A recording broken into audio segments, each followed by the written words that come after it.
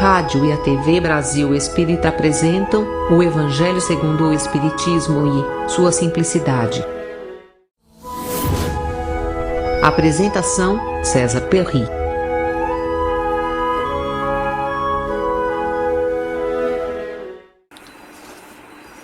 Amigos da Rádio Brasil Espírita de Maceió, estamos com o programa que tradicionalmente nós desenvolvemos através aí dos meios de comunicação com vocês, que é o Evangelho em sua simplicidade, analisando capítulo por capítulo de um livro que é básico para o Espiritismo, o Evangelho segundo o Espiritismo, escrito por Allan Kardec. E hoje nós estaremos analisando o capítulo 18, muitos os chamados e poucos os escolhidos. Então, como sempre faz, ao dar início a um capítulo no Evangelho segundo o Espiritismo, Allan Kardec ele introduz trechos, versículos do Novo Testamento. E ele inicia esse capítulo com uma parábola bastante conhecida, a parábola do festim de núpcias, onde é interessante, né, que Mateus ele conta, né, o que Jesus teria mostrado como uma ilustração, como um exemplo, que alguém perguntou para ele, porque ele falava por parábolas, ele respondeu que o reino dos céus é semelhante a um rei que, querendo realizar as núpcias de seu filho, enviou seus servidores para chamar às núpcias aqueles que foram convidados, mas eles se recusaram a vir. Então Jesus enviou outros servidores e pedindo para punir aqueles que não atenderam também, mas convidando, né, para que viessem outros convidados, porque ele havia preparado o jantar. E aí eles não se preocupavam e foram à casa, né, sem muito preparo de tudo isso. E aí o rei, sabendo disso, se encheu de cólera e, tendo enviado os seus exércitos, exterminou aqueles que não atenderam aos convites, queimou a cidade, etc. Então ele disse aos seus servidores: o festim de núpcias está todo preparado, mas aqueles que haviam sido chamados dele não foram dignos.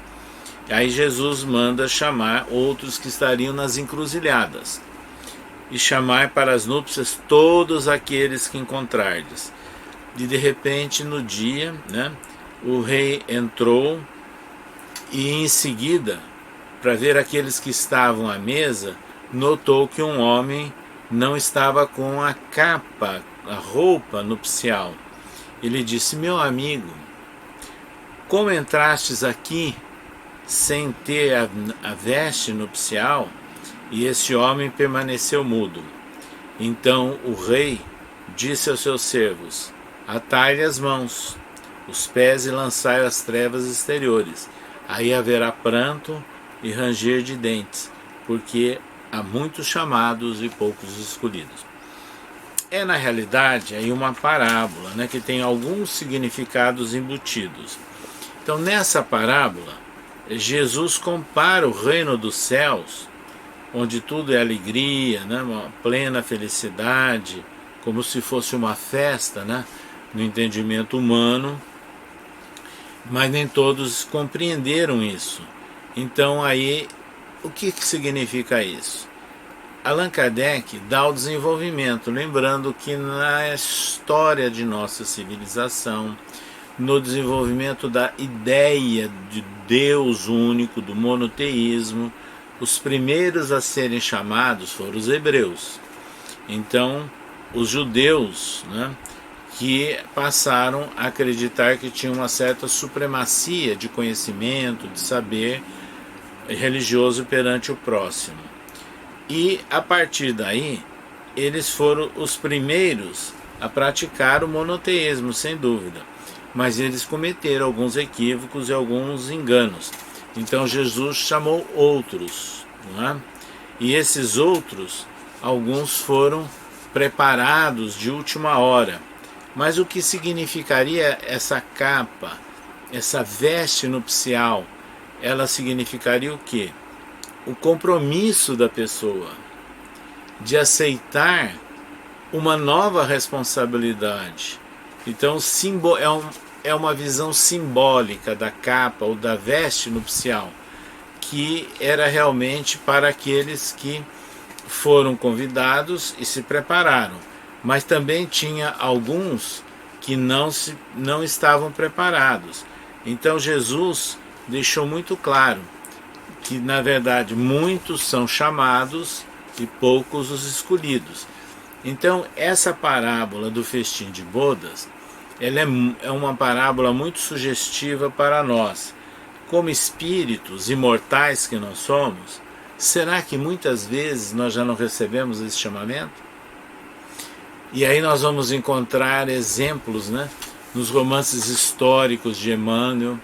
O próprio senador Publio Lentulus, ele não atendeu ao primeiro convite de Jesus, conforme está registrado no livro há 2000 anos, mas depois passou por muitas impasses, muitas lutas, muitas dificuldades, até aprender a seguir e trilhar o caminho de Jesus. Então é importante que nós lembremos que Jesus, ele colocou, sim, o convite aberto para todas as pessoas, mas as pessoas têm que aceitar um compromisso. Também nesse capítulo 18 do Evangelho segundo o Espiritismo, Allan Kardec analisa a questão dos versículos sobre a porta estreita. Entrai pela porta estreita, porque a porta da perdição é larga, e o caminho que a ela conduz é espaçoso, e há muitos que por ela entram. Como a porta da vida é pequena, como o caminho que a ele conduz é estreito, e como há poucos que a encontram. Também esses versículos que ele coloca de Mateus e de Lucas são muito significativos, falando da porta estreita. E aí nós vamos lembrar que Jesus deu exemplos. Ele foi ao encontro de homens que estavam andando nos caminhos abertos, trilharam a partir da porta larga. Então vamos dar um exemplo? Zaqueu, o homem rico, bem postado, publicano. De repente esse homem, ele sobe a um sicômoro, a uma árvore, para receber Jesus em Jericó. Jesus pede que ele desça e que ele vá para casa e preparar-se, porque Jesus se hospedaria lá. Aquilo foi um escândalo, mas Jesus mostrou o quê? Misericórdia. E isso foi um chamamento para aquele homem, ele pensasse em doar boa parte dos seus bens e se dedicar como um seguidor de Jesus. Então Zaqueu se modificou a partir do convite de Jesus. Então vejam, parábola do festim de bodas também, parábola da porta estreita. Quando Jesus chega em Cafarnaum, ele vai à casa de Levi, que era um publicano, um homem, um coletor famoso na região e considerado de má vida. E as pessoas se assustaram, mas depois Levi assiste ao Sermão da Montanha, se transforma num seguidor de Jesus e adota o nome de Mateus. Mais uma vez, essa mudança de visão de porta. Então aí é interessante que nós temos que lembrar que a porta estreita significa a porta onde nós somos testados, premidos muitas vezes por muitos percalços da vida, por muitos fatos inesperados, mas são testes visando o aprimoramento nosso processo educativo. E é esse o convite que Jesus nos faz. Então vejam, ele certa feita disse o seguinte: eu sou a porta. E disse que aqueles que entrassem por essa porta, se referindo também simbolicamente a ovelhas, que teriam uma pastagem, mas algumas poderiam retornar. Isso foi registrado por João, não é? Então, mais uma vez, ele se colocando como a porta, o umbral por onde nós poderíamos adentrar numa nova situação de viver. Mas ele também disse: eu sou o caminho, a verdade e a vida. Ele mostra o caminho, não é, que nós temos a seguir.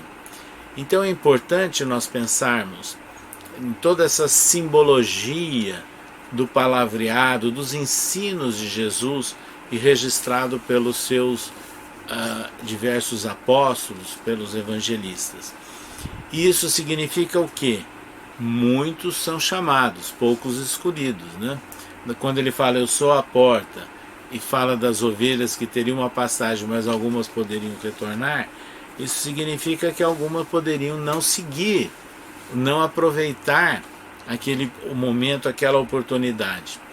Então nós passamos agora, sem dúvida nenhuma, pelo um umbral, uma nova passagem do mundo espiritual para o mundo corpóreo. Reencarnamos. Temos uma vida corpórea à disposição. É a hora de aproveitarmos aquilo que simbolicamente ele chamou de pastagem, aquilo que simbolicamente ele chamou de caminho, para aproveitarmos para o conhecimento da verdade e aproveitarmos a vida. Que vida? A vida plena. Eu vim para que tenham vida e a tenham em abundância, também falou Jesus. Então vejam, esse capítulo 18 do Evangelho segundo o Espiritismo, ele é muito significativo para nós. E ainda Kardec introduziu outros versículos de Lucas e de João, referindo-se a uma frase de Jesus: muito se pedirá aquele que muito recebeu.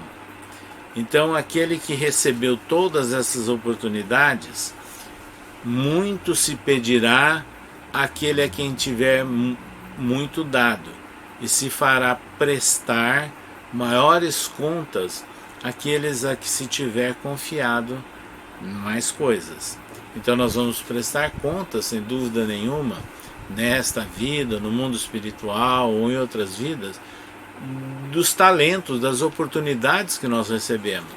Mas lembrando que não é punição.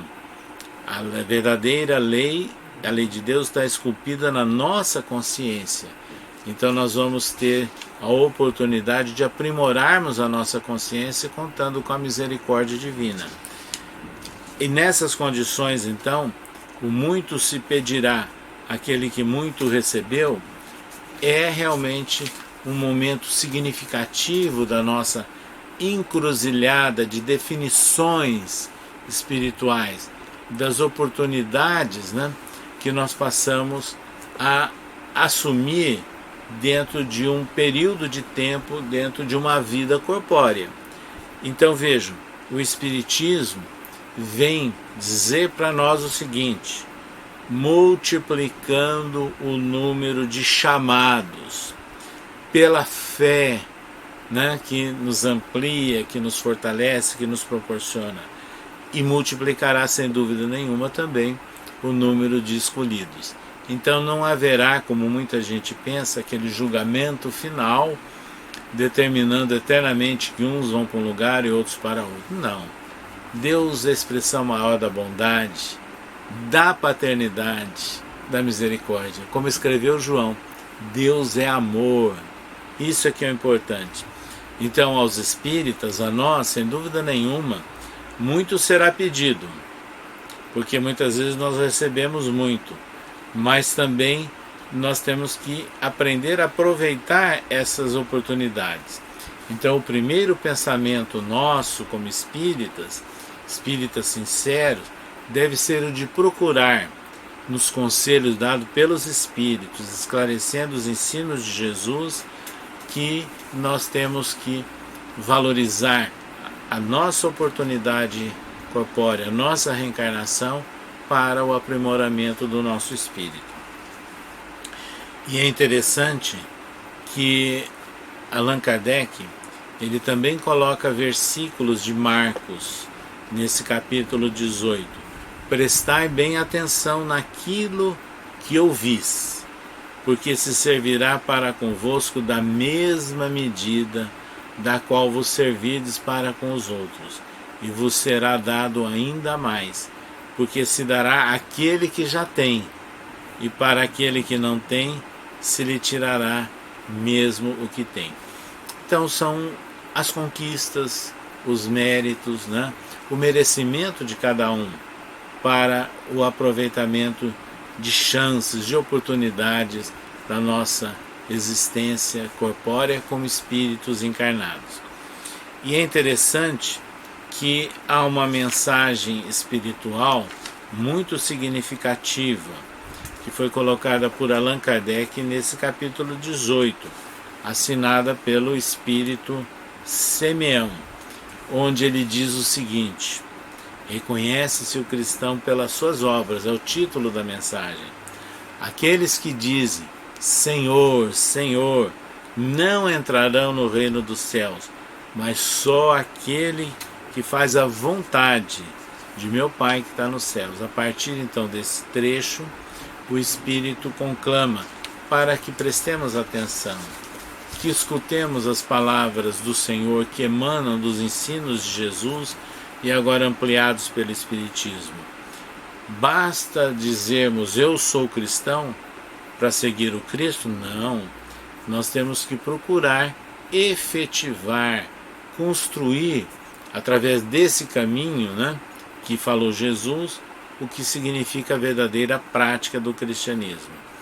E os Espíritos escreveram e coloca Allan Kardec no Evangelho segundo o Espiritismo: abri, pois, os vossos ouvidos e os vossos corações, meus bem-amados. Cultivai essa árvore de vida, cujos frutos dão a vida eterna. Aquele que a plantou vos convida a cuidá-la com amor, e vereis produzir ainda com abundância seus frutos divinos. Então essa frase, há muitos chamados e poucos escolhidos, nós temos aqueles que assambarcam, né, esse pão da vida, essa oportunidade de frutificar a árvore, mas também nós temos a árvore que produz bons frutos e que esses bons frutos devem esparzir e distribuir para mais pessoas. Então, a mensagem espiritual diz o seguinte: e depois, procurar aqueles que estão sedentos, conduzi-os sob os ramos da árvore e dividi com eles o abrigo que ela vos oferece. Não se colhem uvas de espinheiros. Meus irmãos, distanciai-vos, pois, daqueles que vos chamam para vos apresentar as dificuldades do caminho, e segui aqueles que vos conduzem à sombra da árvore da vida. O divino Salvador, o justo por excelência, disse, e suas palavras não passarão: aqueles que me dizem Senhor, Senhor, não entrarão todos no reino dos céus, mas só aqueles que fazem a vontade de meu Pai que está nos céus. Que o Senhor de bênçãos vos abençoe, que o Deus de luz vos ilumine, que a árvore de vida derrame sobre vós os seus frutos com abundância.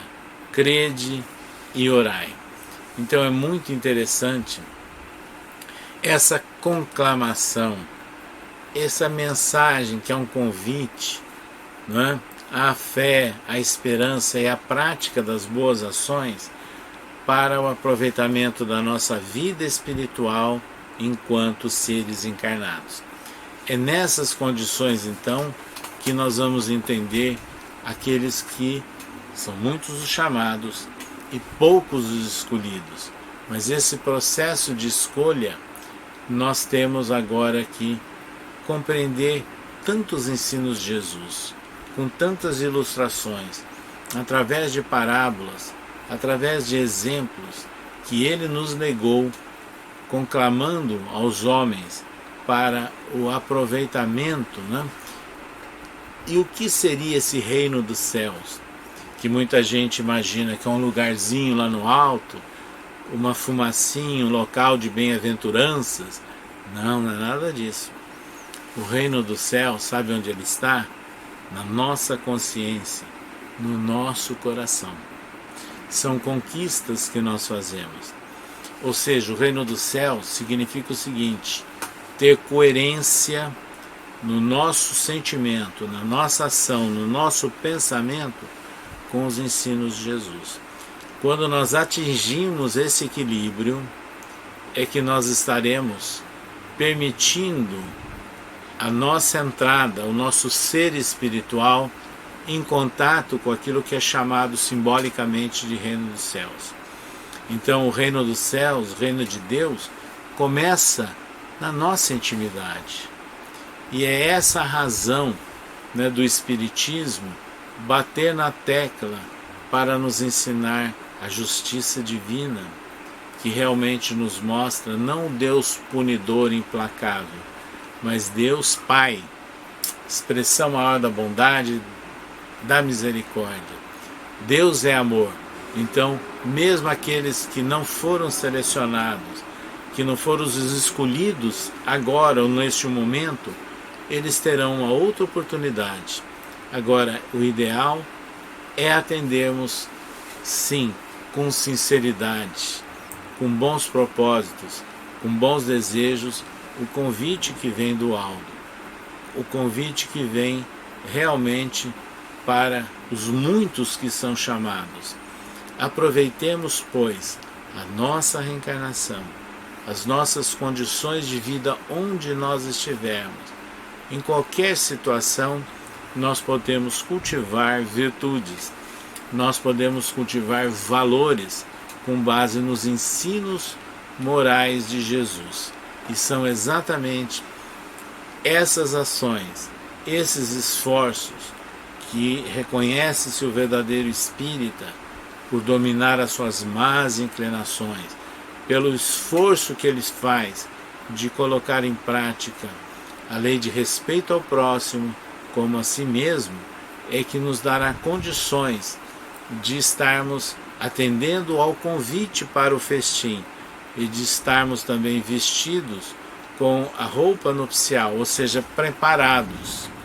É essa a ideia que Allan Kardec trabalha nesse capítulo 18 do Evangelho segundo o Espiritismo. Nós continuaremos no outro programa comentando essa obra básica de Allan Kardec.